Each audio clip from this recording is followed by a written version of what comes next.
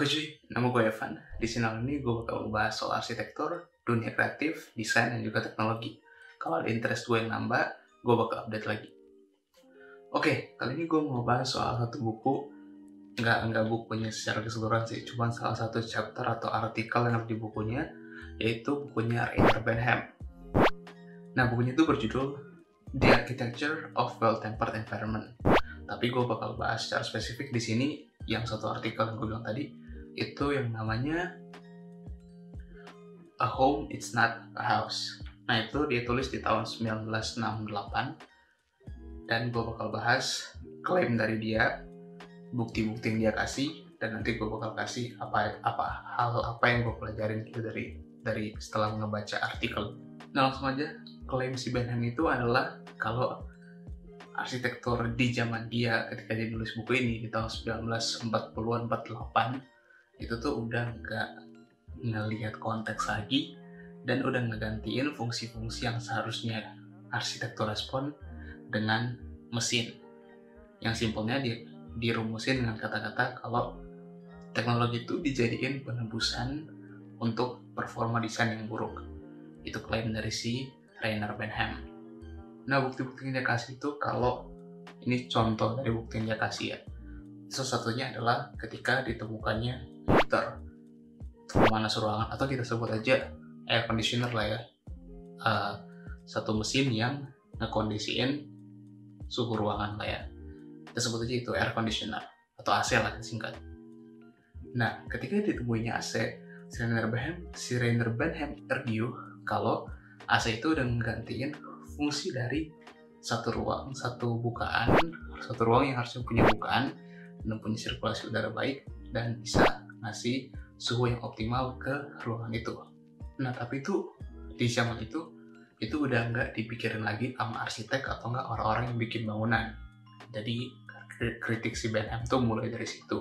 Contohnya, kalau kita bikin satu ruangan, orang-orang zaman itu udah nggak mikirin tentang gue harus bikin ruangan yang punya cross ventilation biar udaranya enak dan suhu ruang gue terjaga, atau nggak gue harus ngarahin arah rumah gue tuh nggak boleh ngadep ke sini, nggak boleh ngadep timur karena bakal panas, atau nggak boleh hadap barat atau nggak bakal panas gitu.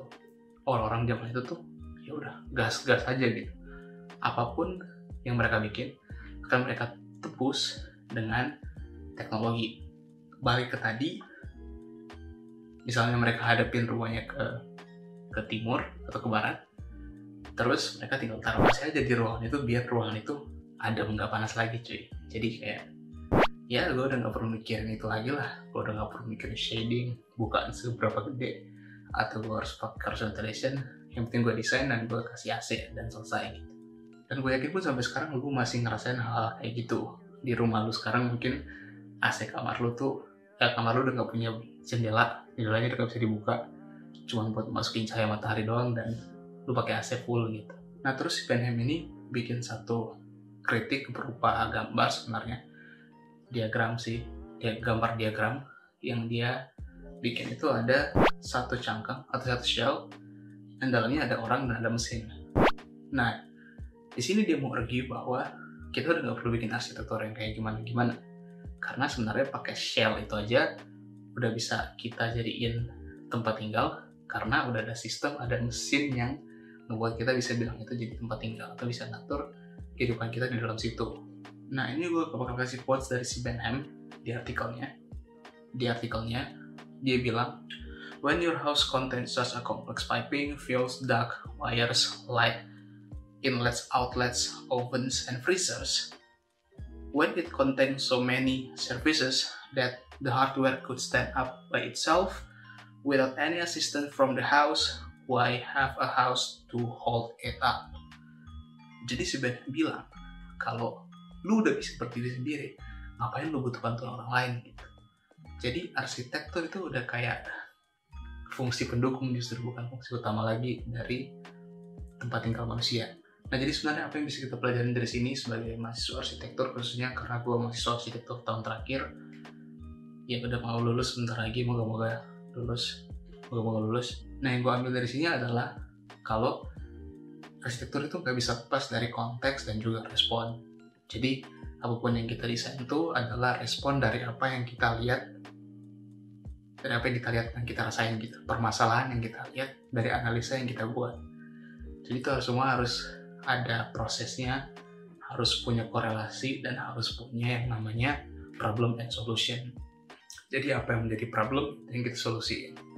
Dan karena arsitektur itu berada di atas tanah dan nggak mungkin pindah-pindah kecuali konsepnya modular, kita harus ngerespon apa yang ada di tanah yang kita berdiriin itu.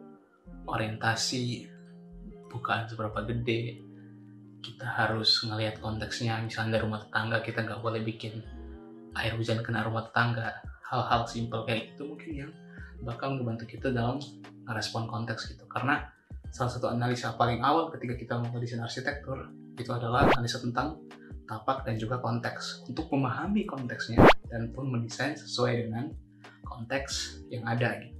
Jadi nggak cuma masalah ownernya mau apa, tapi gimana si bangunan kita tuh bisa berdampak ke lingkungan yang ada, dan lingkungan pun bisa ngerespon dengan baik ketika bangunan kita ditaruh di lingkungan itu. Nah, mungkin itu aja yang mau gue bahas kali ini. Thank you udah nonton, dan see you in the next video.